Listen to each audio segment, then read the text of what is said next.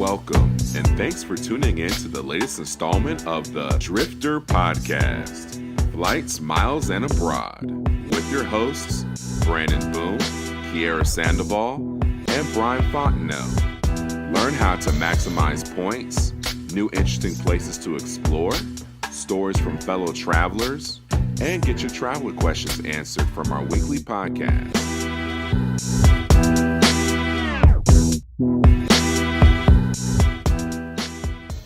And we're back for another episode of the Driftr Podcast. What's happening? Hey guys, how are you? I was like, where's Snack Attack, man? Like, I just seen her like 5 seconds ago. I'm here. Trying to make sure you're alive. That's all. I'm alive and well. Thank you, Lord. Thank you. Thank you, Lord. Right. And as Medea would say. Man, it's been another week. We've missed y'all guys. We're ready to be back in the saddle, giving y'all all the information that you need to know to make sure that you're savvy travelers. Facts. Back in the bag. Let's go. Back on it. Man, so we're going to go ahead and get things right off the back underway, straight into the first segment of our show, talking about credit cards, giving you the lowdown on credit card strategies so that you can be able to take credit cards. Use your purchases when you pay your bills, or if you're going out to eat with friends, or whoever knows what else you spend your money on. But we're going to make sure that you get your points for it. So, on today's episode, we're going to take a diverge a little bit and talk about actually a hotel brand. Specifically Starwood and SPG. And if you haven't been keeping notice, Starwood and SPG just completed their merger. That's taken almost, it feels like maybe 10,000 years, but really it's only been probably about 2. And for today's episode, we're going to specifically focus on the changes with the new Starwood credit cards that's been offered. It's going to be probably a 2 or 3 part series where we're going to break down each of the different brands that were in this merger and how the changes affect you so that you can be a better traveler. So, today, we're going to talk specifically about the SPG cards, introduction of the new SPG cards, and also telling you exactly what's changed for all the previous cards. So, let's go ahead and get things underway. First off, there is a new card in town. Starwood is now releasing a new luxury credit card. Okay. So, it's going to be their new premium tier card. And so now they have pretty much an introductory offer and they have a higher tier offer.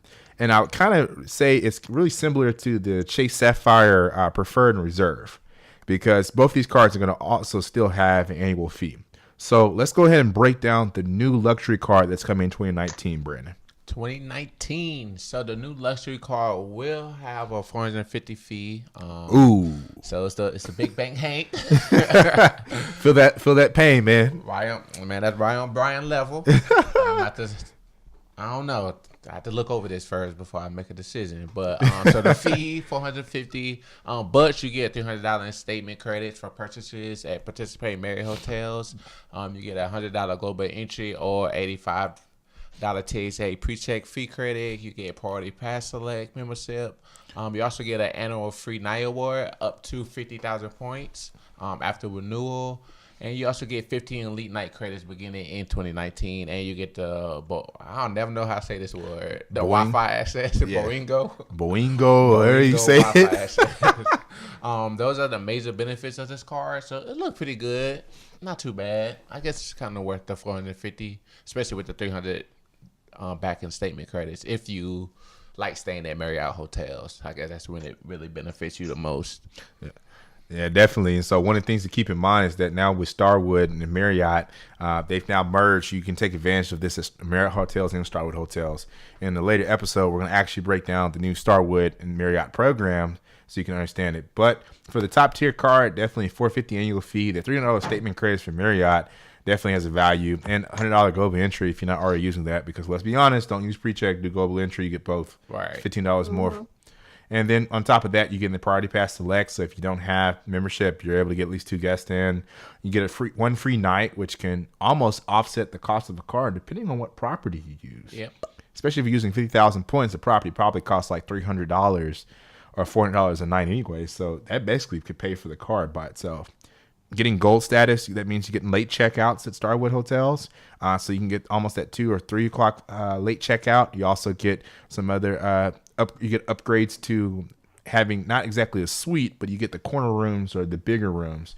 So that adds up after a while too. And you can also get the platinum, but you got to spend $75K a year. So ball till you fall. Right. Basically. Right. $75K, a lot of money. Yeah. But Wi-Fi access is cool. 15 elite nights. Oh man, that's some good stuff.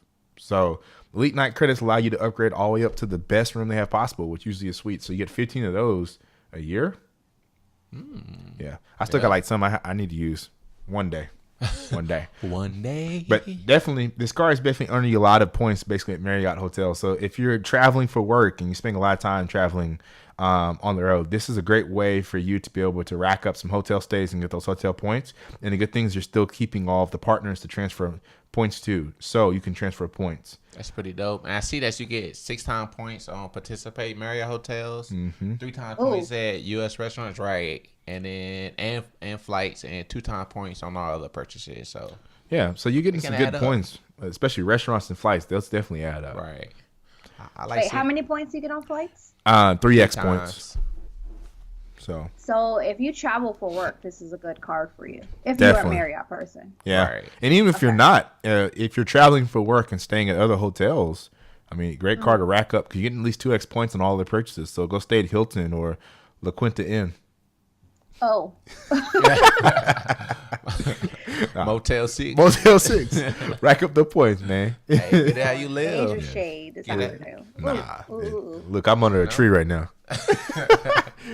But, man, so we've talked about the new card offerings, but let's talk about the previous card. So this affects me. I'm a previous card holder of the Starwood Preferred Guest card, and there's some people out there who have the business card. So let's talk about a couple of the changes really quick. It's not going to change too much, but in fact, you're going to add some new benefits. You get the annual free night award, but in comparison to the higher version of the card, the personal version of the preferred guest card only gets up to 35,000 points for annual free night, as comparison to the luxury card gets up to 50. You get automatic silver elite status. You can earn gold status after spending $30,000 on the card this year, but at next year it's going to be 35,000 points, and you get 15 elite night credits. So that works. Give me some definitely hotel upgrades. It's pretty nice. And it still earns 6 points at participating Marriott hotels, 2x on all of their purchases. So all non-bonus, basically there's a little bit of a drop from all non-bonus purchases on this card. And it kicks in August of 2018, so these changes are coming soon. Now, for the preferred card, the preferred business card, it gets you actually the same benefits as the consumer card that I just mentioned: 15 elite nights, earn gold status, automatic silver elite status, annual free night award for 35,000 points. But you also get 4x points on restaurant purchases, gas stations, wireless phone services from U.S. providers, and shipping purchases. So you basically get some new bonus categories to spend on the business card, whereas the consumer card doesn't have any bonus categories. That business one might be where it's at, though. Yeah. Now, there's another caveat. You can only have one or the other. You can't have both now, the business card and the personal card. So, got to really? choose. Right. Yeah. Ooh. Guess they want to limit it. Trying to stop us from being great. Yeah.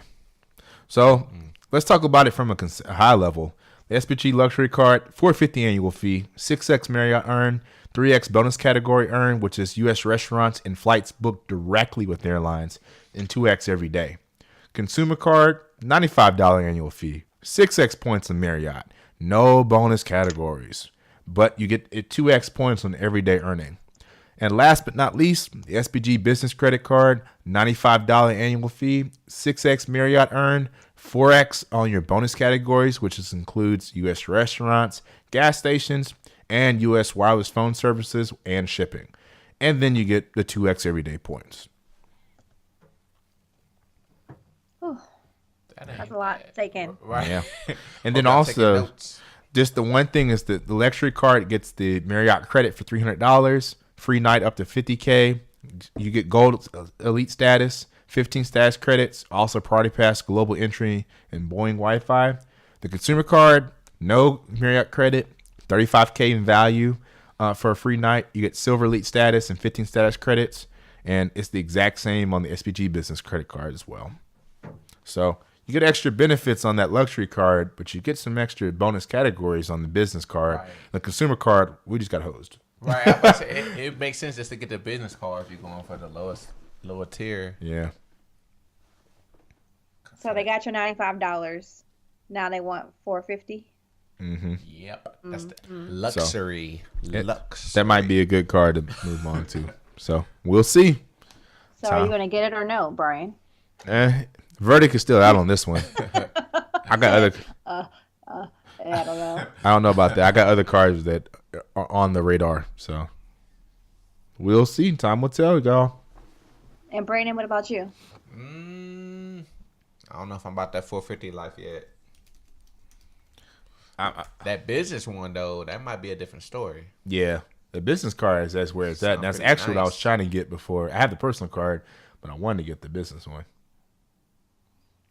So wait, they didn't offer the business before, or you just didn't get the business? I just didn't get the business. Okay, gotcha. I was on the fence about it.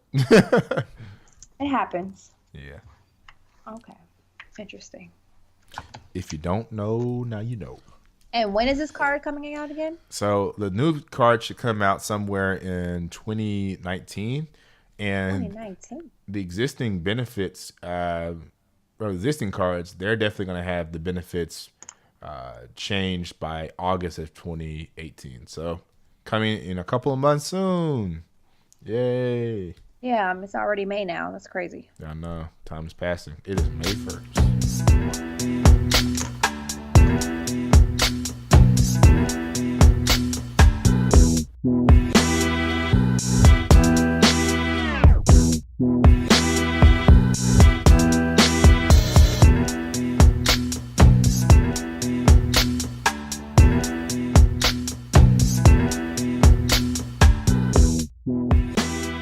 All right, so now that we've given you the lowdown on the new changes to the Marriott Starwood Ritz-Carlton program, giving you all the details on the Starwood card, we're going to go into the next part of our show, and we're going to take a trip. We're going to go somewhere. We'll go somewhere hopefully that you've been to. If not, we're going to put this on your radar. We're going to give you a couple of different things that you should check out in one of the places that we think you should travel to. So for today's episode, Snack Attack, tell us where we're going to. Okay, guys, so we're going to do a little something different this time. Instead of going all the way around the world, all the way down to the bottom of the earth, or using our passport, we're actually going to kind of technically keep it local. We're going to stay in the U.S., but we're going to go somewhere far away from the U.S. We're going to go to an island that's part of the United States on the West Coast. We're going to go to Maui. That's questionable if it is. So Maui is part of the United States, FYI, just in case you were asleep in geography class. I was. Yes, Maui is part of the state of Hawaii, and Maui is actually the second largest island of Hawaii, just so you know, FYI. So since we're going to Hawaii, we don't need to exchange any money. We don't need our passport. Just bring your driver's license, FYI. The flight's a little long. I went to Maui a few years ago, and I flew to Dallas, and then from Dallas, the flight was about 7 hours from Dallas, FYI. So you won't get there in 2 hours if you're going from the East Coast. So just so you know, the first thing we realized when we got to Maui is considered, quote unquote, the chill island. You definitely go to Maui to relax, to hang out. You don't do any turn up in Maui. The sun comes up at like 5:30 in the morning. The roosters are crowing. And basically, you're out all day long. People are outside at like 6 in the morning, working out, playing tennis, swimming, surfing, etc. And then it gets dark at like 5:30, 6 o'clock. Like pitch black on the island. Pitch black at 5:30, 6 o'clock on the island. And people like will go to the bar and hang out. They'll go to dinner and hang out. But you're not going to go like get dressed and go buy a section somewhere and turn up. That's just not going to happen. And all the locals will tell you that. However, I enjoyed it. It was a nice getaway for me. So if you're looking to go party, you want to go hang out, then you got to take a quick flight to Oahu. That's where everybody goes to party, just so you know. And everyone in Maui will tell you that. One of the biggest attractions in Maui is called the Road to Hana. We actually went on this tour. It was a really, really good tour. The Road to Hana is basically like a 64.4 square mile road that you take up the northeastern side of the island. And basically, it's like a serene part of the island. and you just take a tour bus, or you can rent a car, which I don't recommend if you're not like a professional driver. And basically, you go to the road to Hannah is just like a long, windy 64 square mile road up the coast of Maui. And when you're going up this long road, it's a lot of twists and turns, a lot of bridges. But along the way, it's one of the most beautiful places I've ever seen. So along the way, you'll get to see waterfalls, you get to see beaches, black sand beaches. You'll get to see lots of different shrubbery. You get to see a lot of different types of beaches, a lot of different types of people living out, in the area. And you'll just see like a lot of nature, a lot of different plants and flowers that you've never seen before. So they have a lot of different tour groups that go there. So you can basically get on the tour bus, a small one, a big one, a coach, whatever size you want. It's up to you, depending on who you pick. And you can just get on the bus, or you can rent your own car, and you just go up and down this windy road, and you just go through different types of like tropical scenery, basically. FYI. So we stopped at the waterfalls, and we got to hang out and eat lunch. We stopped at different beaches. We got to hang out. We went to a black sand beach and hung out. We went to different types of bridges, and we saw like cliffs and everything like that. So that was really, really nice. So I would highly suggest that. It's not like often you get to take like a ride like that where you can just it's like a windy, very, very steep, windy road, FYI. Mm-hmm. So the other thing I really liked about Maui, just in case you're just someone that likes to be outside like I do, like I said earlier, at 6 a.m, the island is lit at 6 a.m. You go outside, people are snorkeling, they're playing volleyball, they're on the golf course teeing off, they're surfing, they're windsurfing, they're taking a volcano tour. You can go to the volcano. It's called the Haleakala volcano, and you can bike down the volcano at like 6 a.m. One of the dopest things ever. You have to wear a coat though, because it's really cold. But you can do kite surfing. You can go bike riding. You can play tennis. You can go kayaking. You can rent a boat. You can go on a boat tour. Whatever you want to do at 6 a.m. is available. So, but like I said, everyone's up at 6 a.m. doing all these things, and by 6 o'clock at night, the island's very, very chill. So FYI. So, but I like to do all that types of stuff, and like everyone's really, really nice in Maui. They're like really sweet. They're like really chill and peace. Like, you know how on TV you see people and they're like, "Hey man, peace man, what's up?" Like that's just really how they are in Maui. Like the nicest people I ever met. So I like to be outside doing that type of stuff. So if that's what you want to do, I highly recommend it. And the last thing about Maui that I really like, or Hawaii in general, it's a good gateway to go to Australia or other islands, maybe the Marshall Islands, or you want to go like on a vacation somewhere like Tahiti or Maldives or something like that. You can definitely use Hawaii as a stepping stone to go to other eastern cities or other eastern islands. So you can use your point strategy on Hawaii Airlines or Alaska Airlines, American United, or Delta to get to Hawaii, and then you can use another point strategy to go to other places from there. So that's it. Good stuff. Dope. Mm-hmm. I definitely have to get out there. People ask me all the time if Maui is kind of like a quote-unquote vacation space. I didn't go with the boo there. I went with my best friend Nora there, and I technically didn't feel like it was a vacation place. If you want to go and relax, yes, definitely. But if you want to go and hang out on the beach and have a good time, or go, like I said, go surfing or kite surfing, or go on the volcano, do the road to Hannah, you want to go outside and do like outdoor activities, that's where you want to go. We did have some good shopping too, and the food, of course, is really, really good. I did go to a luau, and I didn't like it. It was like the most commercial thing I ever been to.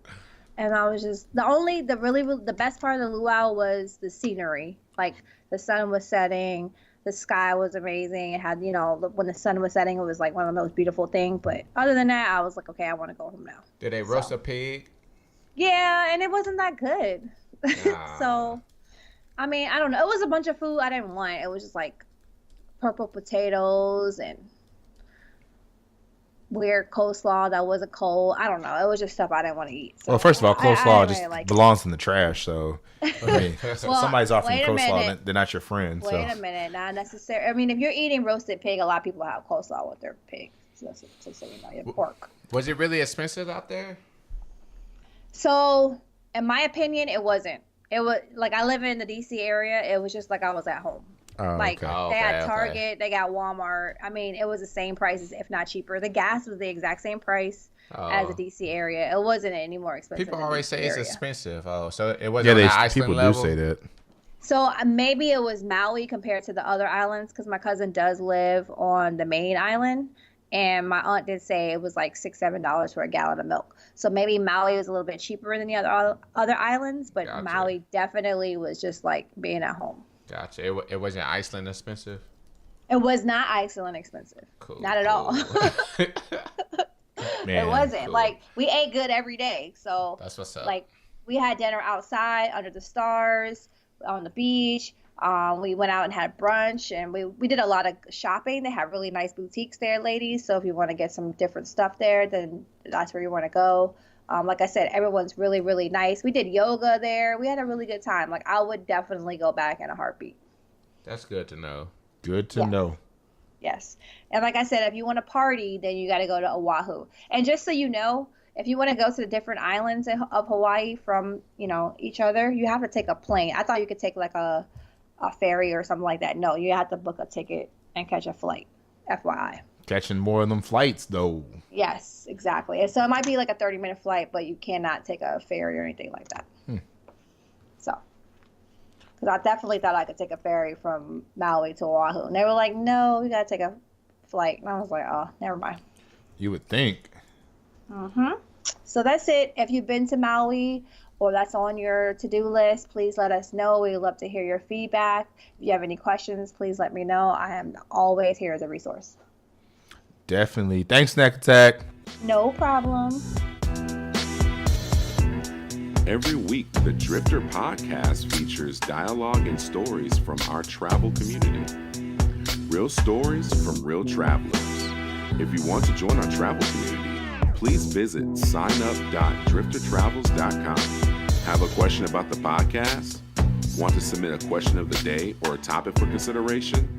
Send an email to podcastinquiry@driftertravels.com. We would love to connect with you. All right.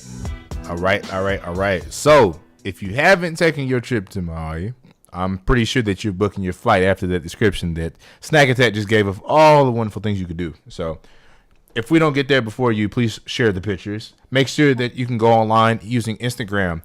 And if you have pictures of your trips, we want to see you share them with us. So, use the hashtag Driftr Travels to be able to share your pictures and that we can feature you on our account. All right. So, we've talked about credit cards, talked about places to go. Now it's time to have that last conversation piece.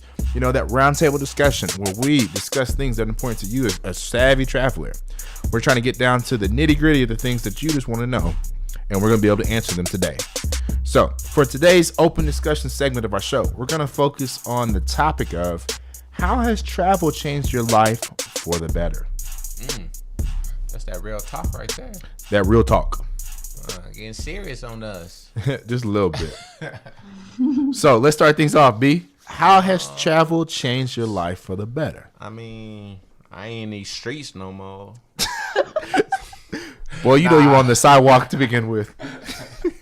Nah, but man, I guess I'm a lot more open-minded to try new stuff. I mean, before I moved here, I would say I first started traveling when I moved to Austin. Basically, that was like 4 years ago. So I can say I'm a completely different person.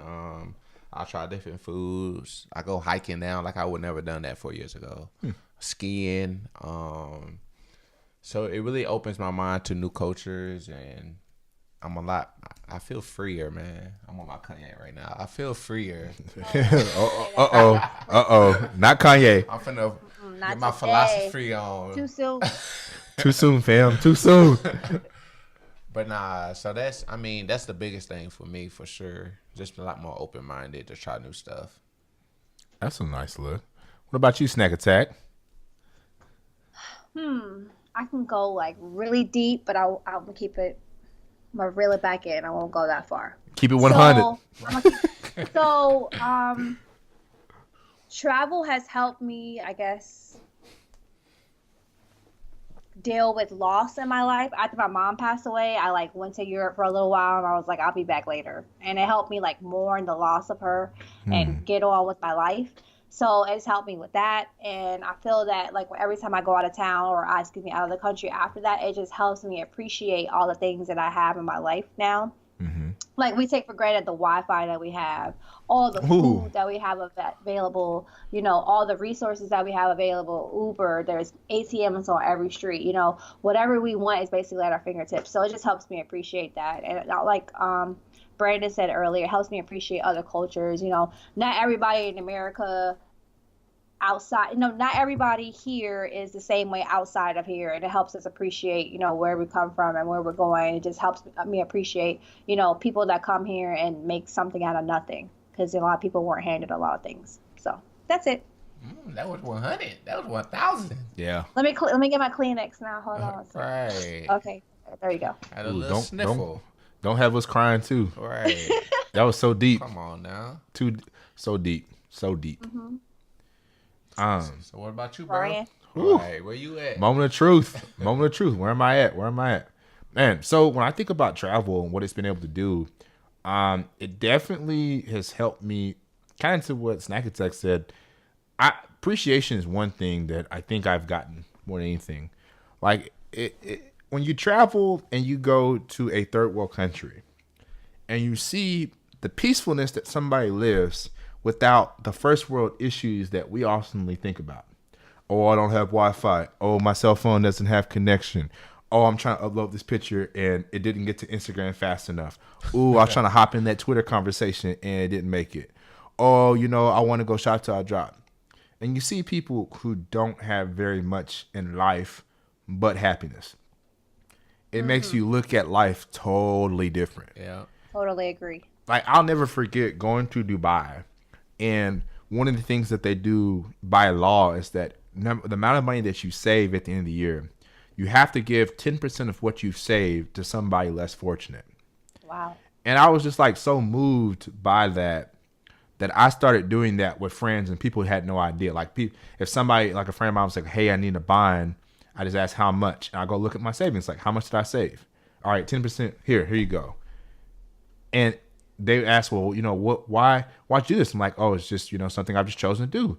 But here's what I ask you to do in return. I always ask them, when you save your money and if somebody else needs help, just set aside 5-10% of that and give it to somebody else. And I kept thinking, like, if I did that more often and more people kind of adopt it, like, how could I make a really societal impact or change towards other people? Like, how many people could I help in that process? Or how many people could be helped in that process?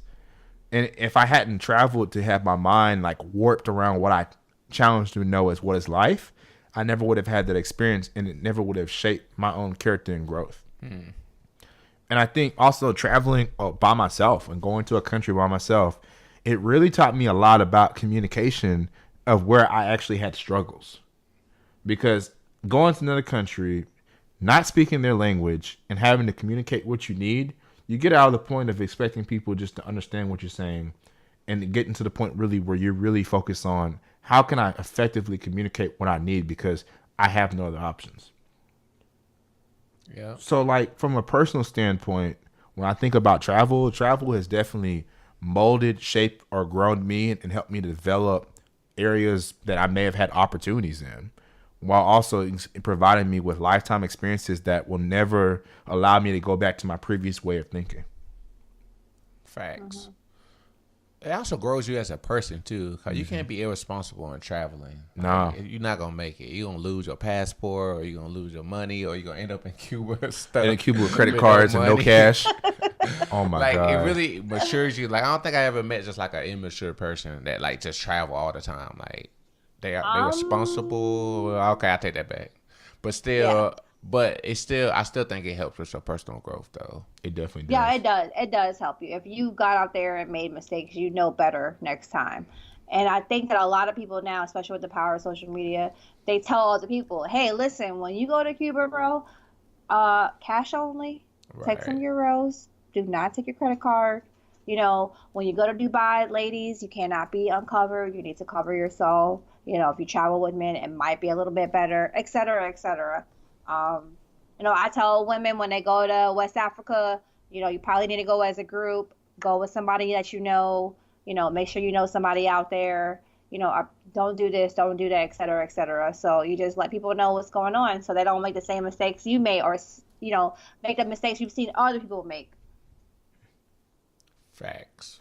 Yes. So I know that, like, when I went to Ghana, that was one of the most humbling experiences that I ever had. Like, when we went to the Elmina Castle, I literally seen people living in shacks. Like, when I was younger, people would, like, make a fun, oh, you live in a shack, you live in a one-room shack, all you do is you got a pot in a one-room shack. Like, I literally saw people living in a one-room shack with a pot in the middle of the room. And that's all they had. And kids running around with, like, shorts on and no shoes, no shirt, no nothing. And they were just so happy to see you. And they weren't even, like, really begging for anything. They just wanted to talk to you and hang out with you. So that definitely was, like, a eye-opening experience for me. Yeah, that's real life, man. Real life. Yeah. Real life situations. Yeah. Real life. And once you travel, you can't see life the same. Right. Like, that's my personal opinion. Like, what you see molds and shapes you in a way that you will never be able to kind of, I guess, go back to your own ways. Yep, I agree. I definitely agree. So definitely, if you haven't, there's definitely a big movement on this wanderlust, and take advantage of it. Take advantage of this opportunity to really kind of grow and just mold yourself. So definitely, if you haven't already, get on the travel train. Right. Get those points. Because somebody told me a long time ago, the money you invest in travel has a return that you can't put an amount on. And I truly believe that. I am definitely a better person because of traveling. For sure. Absolutely, 100%. I don't think I literally would be here right now or in this frame of mind if I didn't travel. No. To be dead honest with you. Yeah. So I'll be in the sucking place if I didn't travel. You be in the sucking place where where Kanye's at? Yeah. Too soon. It's too soon. I'm so heartbroken. Come on now. I know. All right, guys, we're not going to try to dampen the mood too much. So, thanks so much for tuning in and listening to us in our episodes. Thanks for allowing us to share our kind of ways that travel's touched us, credit cards, and a beautiful trip to Maui. So, hopefully to hear from you soon. Talk to you soon. Catch up with you in our Slack group soon. Make sure to go to driftertravels.com/Slack to be able to join. Make sure to follow us on social media. Driftr Travels, DRIFTR. There's no E. Save the E. Like Weezy F, baby. Please save the baby. I'm just going to say, please save the E. Right. But yeah, definitely catch us on social media. So until next time, we get to be able to kind of wrap it up with y'all. This has been one of your co-hosts, Brian Fontenot. Brandon Boone. And Kiera Sandoval. And we outie. Peace. Have a good week, guys. A great week. What? Thanks for tuning in to another episode of the Driftr Podcast, Flights, Miles, and Abroad. Enjoyed the show? Make sure you review us on iTunes. Share the podcast on social media with your friends, family, and fellow travelers. Want to be featured on our podcast or have a question about travel you need answered? Visit driftertravels.com/podcast to learn more and to be a part of our show. Be on the lookout for our next episode. Until next time, Drifter family, travel safe.